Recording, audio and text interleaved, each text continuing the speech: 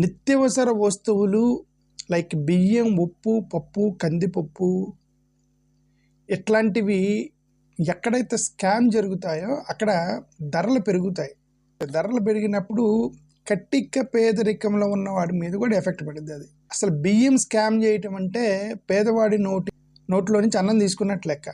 కాంట్రాక్టుల్లో పెద్ద పెద్ద ప్రాజెక్టులో హైవేల కన్స్ట్రక్షన్స్, ప్రాజెక్ట్ కన్స్ట్రక్షన్స్ అక్కడ స్కాములు చేయొచ్చు, కానీ food let is not do any scams. Ration బియ్యం వల్ల పేదలకి ఏం ఎఫెక్ట్ అవ్వదు. ఎందుకంటే ఫస్ట్ ఆఫ్ ఆల్ ఆ రేషన్ బియ్యం పేదలు కూడా తింటలా. ఫండమెంటల్ నిజమేది. నేను పల్లెటూరే, నాది కూడా పల్లెటూరే. విలేజ్ల్లో ఈ ₹2 బియ్యం తీసుకొని ఎవరు తింటలేదు. అసలు ఫస్ట్ ఆఫ్ ఆల్ ₹2 బియ్యం ఎవరు తీసుకోవట్లే. బయోమెట్రిక్ వేసి డబ్బులు తీసుకుంటున్నారు. రేషన్ బియ్యం ఆపేసి గవర్నమెంట్ ఒక చిన్న చిన్న ఫ్రీ ఫుడ్ హోటల్స్, అన్న క్యాంటీన్ లాంటిది ప్రతి గ్రామంలో అన్న క్యాంటీన్లు పెట్టినా అన్నం వండిందంత స్కామ్ చేయలేరు కదా. ఆకలైన కూడా తింటాడు, అప్పుడు సరిపోయింది. పేర్ని నాని గారు స్కామ్ చేస్తే ఆయనంతా ఆయన వచ్చి మీకు చెప్పడు. ఇప్పుడు ఇక్కడ నా గోడౌన్లో బియ్యం తగ్గిందని ఆయనే లెటర్ రాశారు కదా కలెక్టర్ గారికి. ఆయన డబ్బులు తిరిగి ఇచ్చారు కదా. అంటే ఆయన ఇన్వాల్వ్మెంట్ లేదు.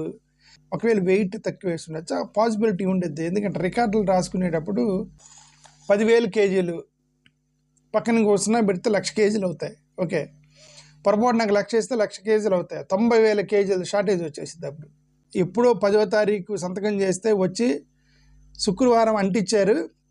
సో దట్ డబ్బులు కట్టలేకపోతే వెంటనే తీసుకెళ్ళి జైల్లో పెట్టవచ్చు అని. ఆ తర్వాత ఇవాళ కోర్టులు కూడా హాలిడేస్ ఉంటాయి, శనివారం ఆదివారం.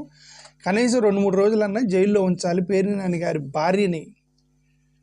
పేర్ని నాని గారిని అంటే సరే ఏదో రాజకీయ నాయకుడు కాబట్టి వాళ్ళకేం కొత్త జైల్లో ఉండటం. రాజకీయ నాయకులకి భార్య మీద టార్గెట్ పెట్టారంటే మరి ఎంత కక్షలు పగలు ఎంతవరకు వెళ్ళిందని అర్థం చేసుకోండి. ఓకే, ఒరిజినల్ రైస్ని మీరందరూ దాడులు చేసి పట్టుకుంటున్నారు, కానీ ₹1 కూడా ధర తగ్గించట్లేదు అంటా నేను.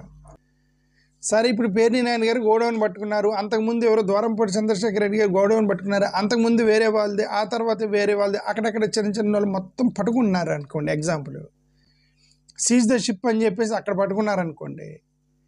అవన్నీ ఎక్కడికి పోతున్నాయి? ప్రజలకి ₹1 తగ్గించారా బియ్యం? ఇవన్నీ చేయడం ద్వారా కంట్రోల్ చేసి ప్రజలకు ₹1 తగ్గించగలిగారా ప్రైస్ని? తగ్గించలేకపోయినప్పుడు మీరు ఇలాంటి ఎంత చేసినా సరే అది ప్రజలకు ఉపయోగం లేనటువంటి దాడులు, ప్రజలకు ఉపయోగం లేనటువంటి కేసులు, ప్రజలకు ఉపయోగం లేనటువంటి ఇన్వెస్టిగేషన్లు, ప్రజలకు ఉపయోగం లేనటువంటి క్రిమినల్ ఇన్వెస్టిగేషన్లు, అవి ప్రజలకు ఉపయోగం లేవు. స్కాములు దాడుల పేరుతోటి వీళ్ళు స్కాములు దాడులు చేసి ఆ డబ్బులు పట్టుకొని వచ్చేసి, లేదంటే ఆ బియ్యం పట్టుకొచ్చేసి వీళ్ళు మళ్ళీ దాన్ని స్కామ్ చేస్తున్నారని అర్థం. అది ప్రజలకు అల్టిమేట్గా ఉపయోగపడకపోతే